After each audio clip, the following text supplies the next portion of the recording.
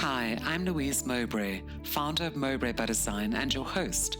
Welcome to Lift, my conscious leadership podcast, Lead into the Future, today. I'm on a mission to bring you powerful insights and very human stories from leaders and entrepreneurs who are each in their own way contributing something noteworthy to shaping our world of work. Conscious conversations with people who are being conscious leaders and doing conscious business. My aim is to give you a personal lift, to inspire you in your day-to-day business life. Make sure you subscribe now to never miss an episode.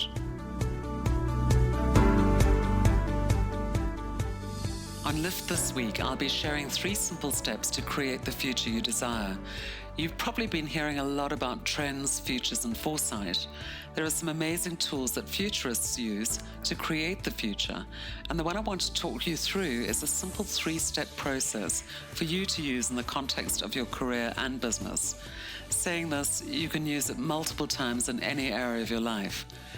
I've included a downloadable exercise for you to do, either whilst listening to this podcast or later in your own time, which you'll find in the show notes for this episode on my website, mowbraybydesign.com/podcast.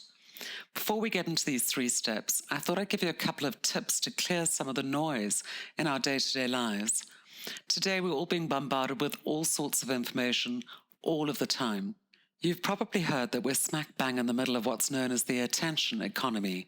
And yes, this means that we're the focus of both marketeers and data scientists using AI and bots to grab as much of our attention by any means as possible. Arguably, much of the information we get every day is needed. Saying this, if I hazard a guess, there is way more that we don't need. More importantly, most people are not curating the information they're receiving or managing how often they receive it, which makes us feel incredibly overwhelmed. Or in other words, as a client said last week, we're all ridiculously time poor and super stressed.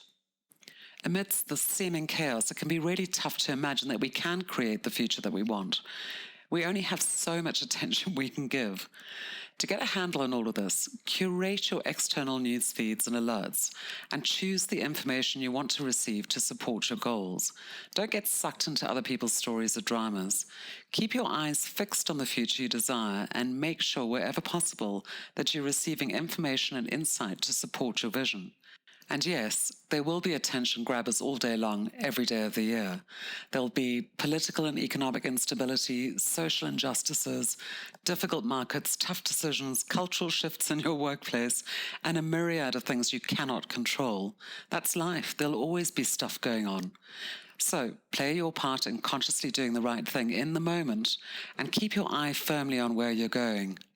There are 2 major benefits in curating your news feeds and alerts. You choose the information you want, and you choose how often and where you receive it.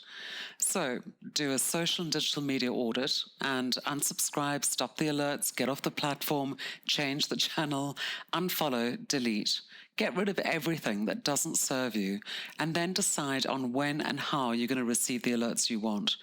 If you do a full audit now and again at the end of each month, you'll keep it clean and aligned with where you're going. Most importantly, you'll free up the time and space to think, to create, to allow fresh ideas and perspective to filter through. The first step in the 3 is to have a clear future in mind. The future, and in this case, the career path you want to create for yourself over the next 3, 5, and 10 years. We've all done goal-setting exercises in the past, which I'm not a great fan of. Most people's New Year's resolutions are long forgotten by the end of January each year, as it's really hard to stay motivated. When we think like a futurist, we approach things from a slightly different perspective. We create a living, breathing, agile future, which we know will need to be adjusted as we go along. When you set down your vision for the future, don't only name the thing you want to achieve, also describe where you'll be, what you'll be doing, who you'll be doing it with, how you'll feel, and the rewards you'll be enjoying. The second step is to start exploring all of the trends that you know that will or may well have a direct effect on your ability to realize this future that you desire. Trends are really interesting things. Some gather strength, become movements, or even funky outliers, and rapidly or even eventually become mainstream. And whilst the applications may change, they're here to stay. Others are pure fads. They'll be long forgotten by this time next year. I'm sure you can think of a few fads you've invested time and energy into, only to have them disappear before you actually had a chance to capitalize on them. To give you an example, as a coach, I focus on conscious leadership and conscious business. However, when I started specializing in this in 2010, it was, in many people's minds, debatable as to whether this would just be another fad, another funky label. I was sure it was here to stay, as there were so many trends across society, technology, economics, the environment, and politics to support what was at the time already the start of a powerful movement. Today, there are over 2,500 registered B Corps, which are essentially conscious businesses in 50 countries and growing. Unlike the traditional corporation that gives priority only to financial profitability, B Corps actually look at the triple bottom line and use the power of business to address social and environmental problems. So when you scan for trends, think of everything that you're aware of and then get and stay super curious. What are the current trends that will definitely affect your career or business in the coming years? And what are the emerging trends that may last or may prove to be a fad? And what's going on in other sectors, other regions, and other countries? Vary your sources of information so that you're not just reinforcing what you already know. Look for things you don't yet know. And don't ignore the trends that you don't like or those that may affect your career, your business, or your sector adversely. Be really objective about this. You need to build a broad perspective. Last but certainly not least, write down the top 3 trends that you believe will affect your career and the future you desire, and ask yourself what you can do today to be better prepared. Is there something you need to learn or a new skill you need to perfect? Do you need to hone your thinking to build a more consciously innovative culture for your business?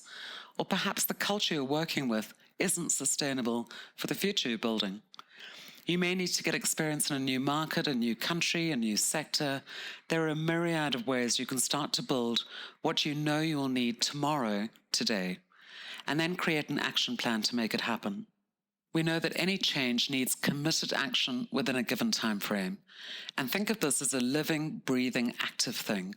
If a trend changes or becomes insignificant, or an unexpected external event happens that impacts you, use this method, start with step 1 and do it all again.